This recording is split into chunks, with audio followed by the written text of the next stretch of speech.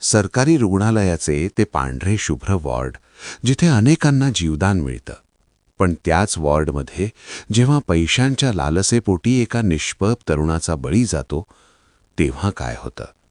ही कथा आहे एका अशा नर्सची, जिने संपूर्ण भ्रष्ट सिस्टीमला आव्हान दिलं फक्त एका विश्वासावर: भिवू नकोस, मी तुझ्या पाठीशी आहे.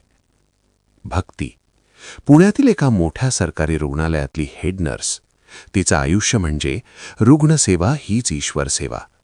तिच्यासाठी प्रत्येक पेशंटमध्ये देव होता आणि तिच्या पाठीशी होते तिचे आराध्य श्री स्वामी समर्थ. घरात नवरा समीर आणि इंजिनिअरिंगला असलेला मुलगा आदित्य. सर्व काही अगदी सुरळीत होतं. पण रुग्णालयात मात्र सगळं ठीक नव्हतं.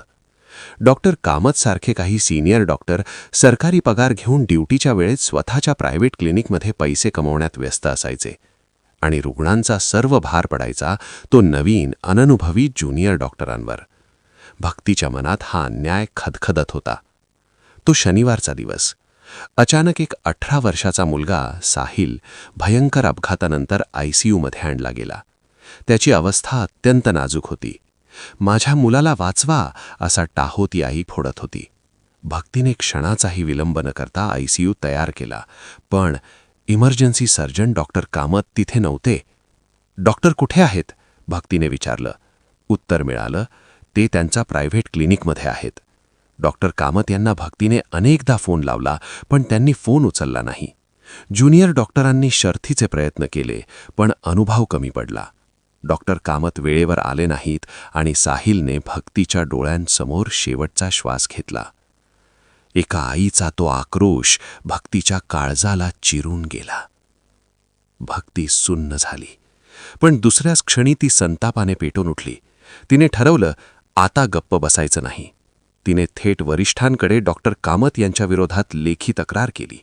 पण समोर होतं एक मोठं डॉक्टरांचं लॉबी. संपूर्ण रुग्णालयात भक्तीविरुद्ध राजकारण सुरू झालं. तिला महत्त्वाच्या ड्युटीवरून हटवण्यात आलं. सगळे तिला एकटी पाडू लागले. डॉक्टर कामत निर्लज्जपणे खोटं बोलले की ते फोनवर मार्गदर्शन करत होते. नवऱ्याने समजावलं, अगं कशाला या भानगडीत पडतेस? आपण सामान्य लोक आहोत. पण भक्ती रात्री स्वामींच्या तस्बिरीसमोर बसून रडली. स्वामी, मी चुकले का? मी गप्प बसले असते तर माझ्या पेशंटशी बैमानी झाली असती. तेव्हा तिला आतून एक शांत उत्तर मिळालं, पुढे जा.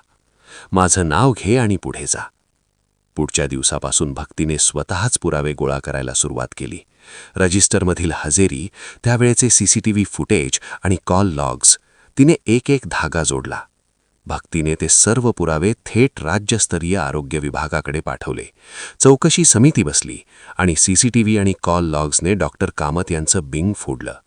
साहिल मरणासन्न असताना ते त्यांच्या प्रायव्हेट क्लिनिकमध्ये होते हे अखेर सिद्ध झालं. सत्याचा विजय झाला. डॉक्टर कामत यांना निलंबित करण्यात आलं. आजही भक्ती त्याच रुग्णालयात हसतमुखाने ड्युटी करते. आज तिथला प्रत्येक डॉक्टर वेळेवर हजर असतो. भक्तीने सिद्ध करून दाखवलं की सत्य जर एकटं असलं तरी ते सर्वात ताकदवान असतं. तिचं एकच ब्रीद वाक्य आहे, सेवा हीच साधना आणि सत्य हीच शक्ती. जेव्हा स्वामी माझ्या पाठीशी आहेत, मग मला भीती कशाची? श्री स्वामी समर्थ.